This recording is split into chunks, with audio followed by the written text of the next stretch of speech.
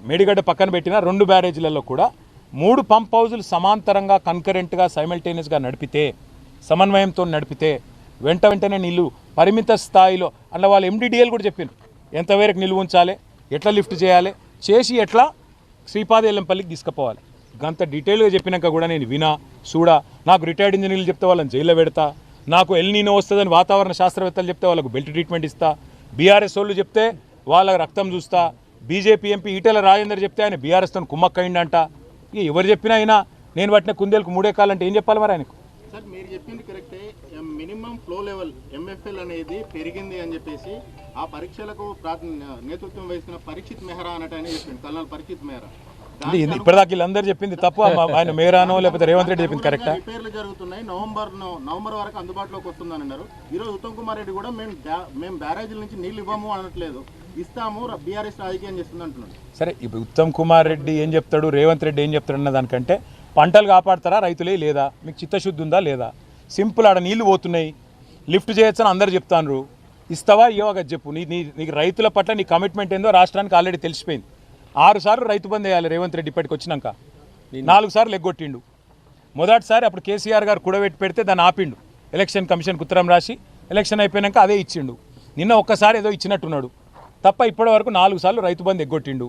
ఇక రైతుల మీద ఆయనకి ఏం ప్రేమ ఉందో అందరికీ ఎరిక. ఇవాళ నేను సిరిసిల్లలో తిరుగుతుంటే రైతులు వచ్చి చెప్తున్నారు, అన్న మోటార్లు కాలిపోతున్నాయి, మాకు ఇదివరకు ఎన్నడూ లేని పరిస్థితి మళ్ళీ వచ్చింది, చెరువులు ఎండిపోయినాయి అంటే. ఇవాళ పరిస్థితి ఏంది బ్రదర్ అంటే, వాస్తవం మాట్లాడాలంటే రాష్ట్ర రైతాంగం మొత్తం ఇవాళ ఒక నిరాశాజనకమైన వాతావరణంలో ఉంది. మా భయం మళ్ళీ ఎక్కడ తగ్గిపోయిన ఆత్మహత్యలు మళ్ళీ ఎక్కడ పెడుతాయని మా భయం. ఒకనాడు మహారాష్ట్ర తర్వాత highest number of suicides, farmer suicides తెలంగాణలో ఉండే. మా ప్రభుత్వంలో lowest number of suicides in the country Telangana. ఇలా మళ్ళీ ఎక్కడ అదే దరిద్రం మళ్ళీ వస్తుందో అని మా భయం. రాజకీయాలు 6 నెలల ముందు మాట్లాడదాం, ప్రజలు ఎవరు కోట్లేస్తే వాళ్ళు గెలుస్తారు. ఇవాళ మేము మాట్లాడుతున్నది ఒక సిస్టమ్, ఒక ప్రాజెక్ట్ ఏదైతే మనం ప్రపంచంలోనే అతిపెద్ద లిఫ్ట్ ఇరిగేషన్ ప్రాజెక్ట్ బీఆర్ఎస్ ప్రభుత్వం 4 ఏళ్ళలో కట్టిందో. అయ్యా ఇప్పుడు భాస్కర్ గారు ఒక మాట చెప్పు నాకు, నువ్వు ఇల్లు కట్టుకున్నావు, ఇల్లు కట్టుకుంటే ఎక్కడో చిన్నగా కురుస్తాను, ఇల్లు చదువుకుంటావా లేదా మొత్తం కూలగొడతావా? కామన్ సెన్స్ కదా. ఇల్లు కట్టినావు, మంచి మేస్త్రిని పెట్టినావు, ఉరుస్తుంది, తర్వాత అయినా సరే ఉరిసింది, ఏం చేస్తావు? ఇల్లు కూడా కొడతావా మొత్తం? బుద్ధున్నోడైతే అలా పోయి ఒక అర్రలో ఉండి ఇంకో అర్ర మంచిగా చదువుకొని సామాన్లు అన్నలకు షిఫ్ట్ చేసుకొని చదువుకుంటారు. ఈయన ఏం చేస్తాడు, మొత్తం ఇల్లు కూడా కొట్టే చక్కర్లు ఉన్నాడు. మేము రైతులకు అదే చెప్తున్నాం. చిన్న పర్రె వచ్చింది ఒక దగ్గర, దాన్ని అవసరమే లేకుండా, బ్యారేజ్ అవసరమే లేకుండా నీళ్ళు లిఫ్ట్ చేయొచ్చు అని చెప్తుంటే కాదు కూడదు, నేను నా ఒక్కనికే తెలివి ఉంది, ఎవరికేం తెలియదు. ఇక ఆయనకు ఆ షాబాద్ సైకోకి ఏం తేడా ఉంది? మరి ఇద్దరు ఒకటే కదా.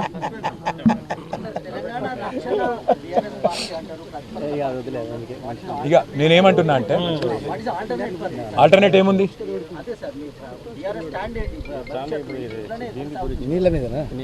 మా నాయకుడు కేసీఆర్ గారు ఏమన్నారంటే, మీరు ప్రతిపక్షంలో ఉన్నారు, తొందరపడకండి, అల్టిమేట్గా రైతుల ప్రయోజనాలు ముఖ్యము కాబట్టి మీరు జాగ్రత్తగా మనం ఆలోచించి పార్టీగా ఒక నిర్ణయం తీసుకుందాం, తొందరపడి మీరేం హడావుడిగా ఇది చేయకండి, ఎందుకంటే ఇది రాజకీయ రభస కాదు, రైతులకు వాళ్ళ గోస చూసి ప్రభుత్వం స్పందించాలి కాబట్టి ప్రభుత్వం మీద ఒత్తిడి పెంచండి, అవసరమైతే ప్రతిరోజు పత్రికల ద్వారా రైతులను జాగృతం చేయండి అని చెప్పారు. ఆ పనిలో మేమున్నాం. తదుపరి ఒకవేళ ప్రభుత్వం ఇట్లే మూర్ఖంగా వ్యవహారం చేస్తే మా నాయకుడు కేసీఆర్ గారి సమక్షంలో ఒక సీనియర్ నాయకులు అందరం మీటింగ్ పెట్టుకొని వారి నిర్ణయానుసారం ఎట్లా ముందుకు పోవాలో ఆలోచించాం. ఎక్కడికి? ఇప్పుడు మమ్మల్ని అందరినీ తయారు చేసింది కేసీఆర్ కదా. ఇప్పుడు మేము మాట్లాడుతున్న ప్రతి మాట కేసీఆర్ గారి మాటనే కదా. మేము ఆయన చెప్పండి, ఆయన పర్మిషన్ లేని ఏది పడుతుంది మాట్లాడతామా? మా పార్టీ తరఫున పార్టీ వర్కింగ్ ప్రెసిడెంట్గా, ఈ ప్రాంత ఎమ్మెల్యేగా నేను మాట్లాడుతూ ఉన్నా. ఎస్, కేసీఆర్ గారి ఆదేశంతోనే మాట్లాడుతున్నా. కేసీఆర్ గారు మాట్లాడితే మా అందరికంటే 1000 రెట్లు అద్భుతంగా మాట్లాడతారు. అది కావాలని వాళ్ళు కోరుకుంటారేమో నాకు తెలియదు. కేసీఆర్ గారు వచ్చి మాట్లాడితే మాత్రం ఇలా కాంగ్రెస్ వాళ్ళు కోరుకుంటారు కదా. కేసీఆర్ గారు వచ్చి వీళ్ళ మోసం కింద ప్రజల భాషలో చెప్తే ఉరికిచ్చి కొడతారు, బట్టలు కూడా తీసి కొడతారు, వాళ్ళకే డేంజర్, మాకేం లేదు. అర్థమైంది కదా. థ్యాంక్ యూ అన్నా. వినబడతలేదు, దానిలో డౌట్ ఏముంది బ్రదర్? అది క్లియర్ కదా. ఇప్పుడు గోదావరిలో వరద లేదు అని ముఖ్యమంత్రి అంటున్నారు, మరి గోదావరిలో వరద లేకపోతే ఆంధ్రప్రదేశ్లో లిఫ్టింగ్ ఎట్లా నడుస్తుంది పట్టిసీమ అంటే? మరి గురువు గారికి గురుదక్షిణ కింద ఈ నీళ్ళని నిడిచిపెడితే కిందికి వెళ్ళి